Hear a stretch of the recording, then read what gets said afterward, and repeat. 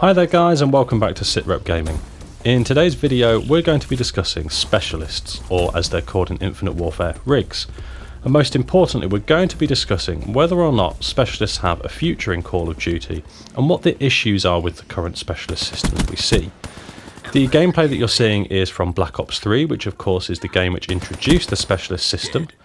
It's a TDM on the map Metro, and I end up getting close to 40 kills and getting a win for the team, so a very good gameplay indeed. But anyway, let's get into the topic of discussion for today. So, specialists. As I've just mentioned, they were introduced in Black Ops 3, so relatively, they're an extremely new feature to Call of Duty. We've only had them for 2 years now in 2 different games, Black Ops 3 and Infinite Warfare. However, during that 2-year span, they've very quickly become quite a divisive topic amongst the Call of Duty community. On one side of the argument, you have those who think that they are really good for the game. They provide exciting, memorable, hype moments which are sporadically dotted through matches, and people really enjoy using them. On the other side of the argument, however, you have those who think they pretty much have absolutely no place in Call of Duty, and that at the moment they're extremely powerful weapons and abilities which can be rewarded to players for doing little more than sitting still, doing poorly, and waiting for their charge meter to fill up. Now, I personally fall somewhere in the middle of this debate. I like the idea of the specialist system. I'd like to see it slightly reworked, but what I will say is that I think Black Ops 3 specialists are a superior system to Infinite Warfare's rigs, and I'll explain to you why that is. If we think about Black Ops 3 specialists, you either pick a specialist weapon or a specialist ability. Now, regardless of what you pick, a weapon or an ability, both are tied to the charge meter, which means that you can only use that weapon or ability when the charge meter is full. However, if we compare this to Infinite Warfare, we have the rig payload and we have the rig trait. Now, the rig payload is tied to your payload meter, but the rig trait is essentially a permanently featuring trait which is operable during the entirety of a match. Now, straight out the bat, I don't like that, and the reason that I don't like that is because what it ends up being is essentially akin to having another tier of perks which you have to pick from. And the reason I say that is that a lot of the things that when you look are able to be used as rig traits in Infinite Warfare, they're actually recycled perks from Call of Duty Ghosts, which is Infinity Ward's last title. So for instance, in Call of Duty Ghosts you have the ping perk, and that has now been recycled as a trait for Warfighter. Now, on paper there's not really much wrong with this idea, but the issue comes that when you start to think that all these rig traits spread across the separate rigs are essentially like picking another perk from a perk tier, then it becomes very difficult to balance that perk tier. Now, if we look at the normal perks that you select from when you're picking your pick 10 ahead of a match and creating your class, the perks are arranged in their different tiers in such a way that it's difficult to create an overpowered class. So generally, perks are arranged into tiers which might be to do with movement, or with stealth, or with awareness, or different categories of perk. Now, when you look at the rig traits and consider them as their own perk tier, you don't have that same sense of balance because they're all so varied. And because they're all so varied, it inevitably leads to a situation whereby there will always be 1 or 2 perk traits which are significantly more powerful than others. So when we consider, for instance, Synaptic's propulsion trait, it's widely regarded to be one of the strongest things of the game. It's in the same perk tier as Warfighter's ping trait. Now, I don't know about you guys, but I would consider propulsion to be infinitely more powerful than Warfighter's ping trait. And the same is said of numerous other things. For instance, Merc's infusion. It kind of looks good on paper, but it simply doesn't live up to something like Synaptic and propulsion. So what this system fosters very quickly is a really significant sense of imbalance, because the more perk tiers that you have, the more vigorous you have to be with the balance, and you simply can't keep track of it the more tiers you introduce.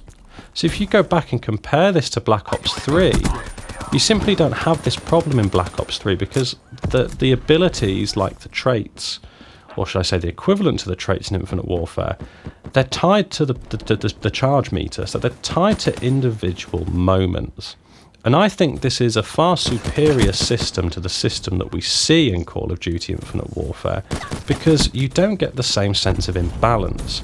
And any time when you have imbalance with perk tiers or even with weapon balance, it very quickly leads to a sense of injustice. You get frustrating moments in the game and you don't feel the same sense of fairness. And I know this is a sentiment that a lot of other people have expressed. They often feel that Infinite Warfare feels more random. It feels not quite as fair or as balanced as Black Ops 3. And the way that the specialist and the rig systems differ is a key reason as to why people feel that way. So moving forward, if we're going to be having specialist systems in future Call of Duties, then I think it's really important that they're tailored more towards the Black Ops 3 style and less like Infinite Warfare. We need to make sure that they don't end up being simply another perk tier where you select a permanent trait which is operable throughout the entirety of a match, because this just brings really heavy implications for how we balance the perk tiers, and the system can just get out of hand very quickly and end up frustrating players. So for instance, we've got Call of Duty World War II coming around the corner.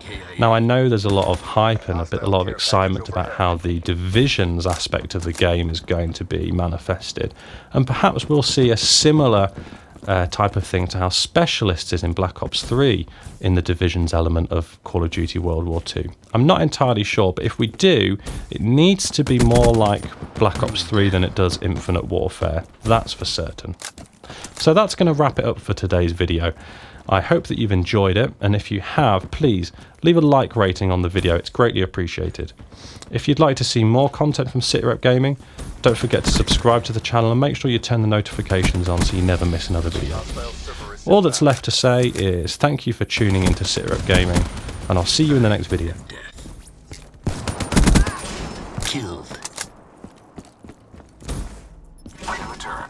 Sensors are capture your objective. That battery's dead.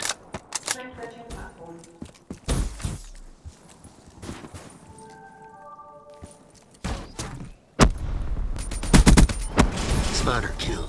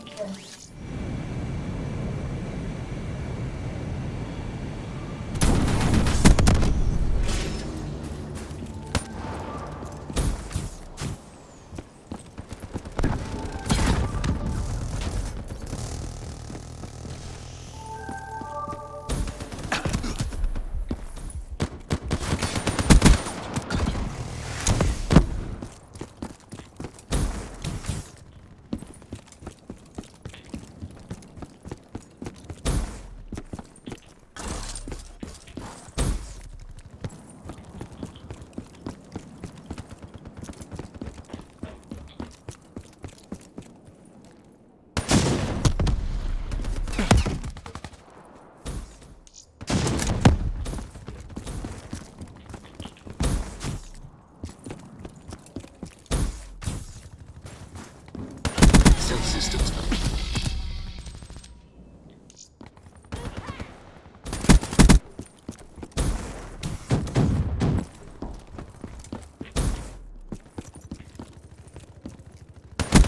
Pushing. We got this.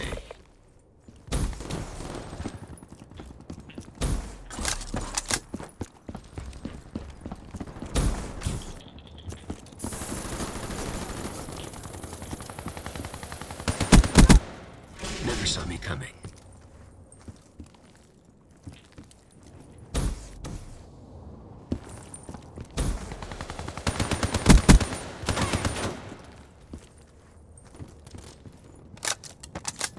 We're in the last seconds. Bring this home.